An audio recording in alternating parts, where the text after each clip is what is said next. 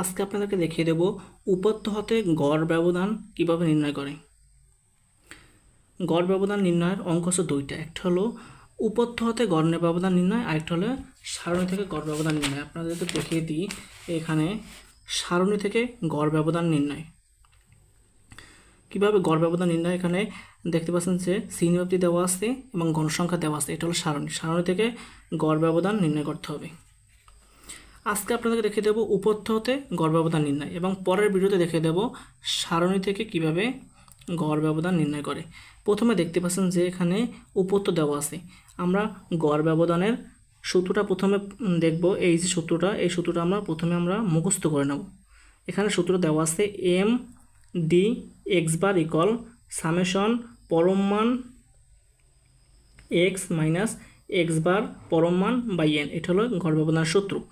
এখানে আরেকটা সূত্র হলো গড়ের সূত্র। গড়ের সূত্র হলো যে x bar equal summation x by n. এটা হলো গড়ের সূত্র। আমরা গড় ব্যবধানের সূত্র গড় ব্যবধান বের করতে হলে আমরা গড়ের মানটা বের করতে হবে আগে। এখানে প্রথমে একটা সারণী তৈরি করতে হবে। এখানে দেখতে পাচ্ছেন যে উপত্যগুলো দেওয়া আছে, এই উপত্যগুলো আমরা হলো এক্সের মান। আমরা এখানে উপত্যগুলো আমরা লিখলাম। এখানে দেখতে পাচ্ছেন যে 23, 27, 35, 47, 25, 55, 60, 58, -5 এবং 15 দেওয়া আছে। এগুলো আমরা সুন্দর করে এরকম সাজাইলাম। এগুলো হলো যে এক্সের মান আমাদের, এখানে এক্সের মান। আরেকটা হলো এই যে এইটার মানটা বের করতে হলে আমাদের প্রথমে গড়ের মানটা বের করতে হবে।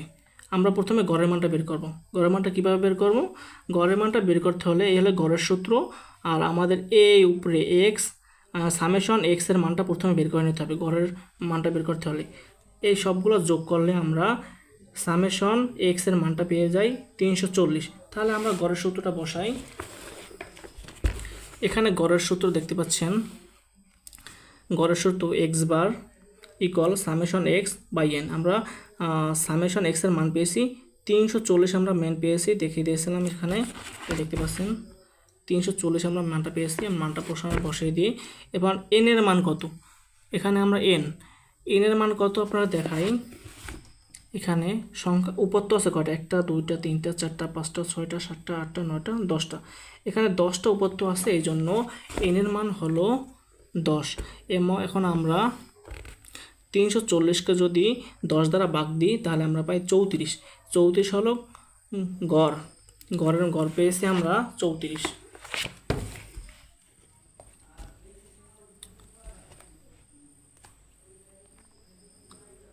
গড় পেয়েছি আমরা 34। এখন আমরা সারণী তৈরি করব। এখানে এক্স এর মান এগুলা এবং পরম মান এক্স মাইনাস এক্স বার পরম মান। এখানে এটা আমরা কীভাবে বের করবো? আমরা এই যে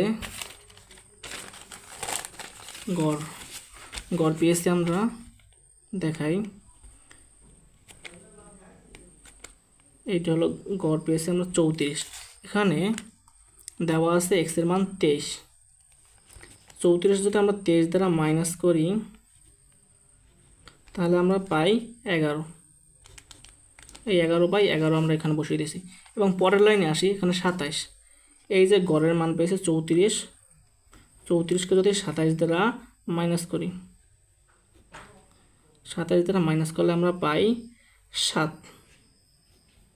এই যে 7, এই 7টা এখানে বসাই দিছি।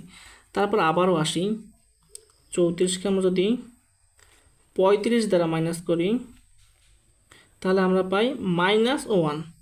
-1 বসাবো না এখানে, কিন্তু এখানে যদি আমরা মাইনাস পাই সবসময় আমরা প্লাস লিখবো। প্লাস পাইলেও প্লাস লিখবো এবং মাইনাস পাইলেও আমরা প্লাস লিখবো এখানে। তারপর পরেরটা দেখাই। এই যে গড়ের মান পাইছে 34, 34 থেকে আমরা যদি মাইনাস দেব এখন এই 47, 47 যদি মাইনাস দিই তাহলে আমরা পাই 13। মাইনাস দিলে পাই -13, কিন্তু -13। এখানে আমরা -13 না দিয়ে আমরা এখানে লিখবো +13। প্লাস হোক আর মাইনাস হোক আমরা সবসময় প্লাস লিখবো এখানে। এইরকম মানে এখানে গড় যেটা পাবো, গড় থেকে এইটা মাইনাস দিলেই এই মানগুলো পাবো।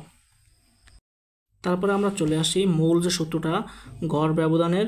এখানে দেখতে পাচ্ছেন যে সামেশন পরম মান এক্স মাইনাস এক্স বার পরম মান বাই এন। এখানে আমরা উপরের এইটোর মানটা আমরা প্রথম বের করব। এটার মানটা বের করব কিভাবে? এখানে এখানে আমরা পেয়েছি, দেখতে পাচ্ছেন যে এক্স মাইনাস এক্স বার পরম মান আর এই পাশে পরম মান। আর এখানে আমরা যদি সামেশন, এই সামেশনটা যদি দিই তাহলে আমরা এই সূত্রের উপরের টুক পেয়ে যাই। এই জন্য সামেশন দেব, আর এই সবগুলো যোগ করলে আমরা সবগুলো যোগ করতে হবে, তাহলে আমরা এই সম্পূর্ণ মানটা আমরা পেয়ে যাই। তাহলে আমরা মূল সূত্রে চলে যাই। মূল অঙ্কে এখানে মূল অঙ্ক দেখতে পাচ্ছেন যে গড় ব্যবধানের নির্ণয়ের অঙ্ক। এখানে মূল অঙ্ক হলো এটা। আমরা উপরেরটার মান পেয়েছি হলো 170 আমরা বসিয়ে দিলাম, এবং এনের মান তো 10 পেয়েছি, 10 এবং 170কে যদি 10 দ্বারা ভাগ করি তাহলে আমরা পাই 17। এইটাই হলো গড় ব্যবধানের উত্তর।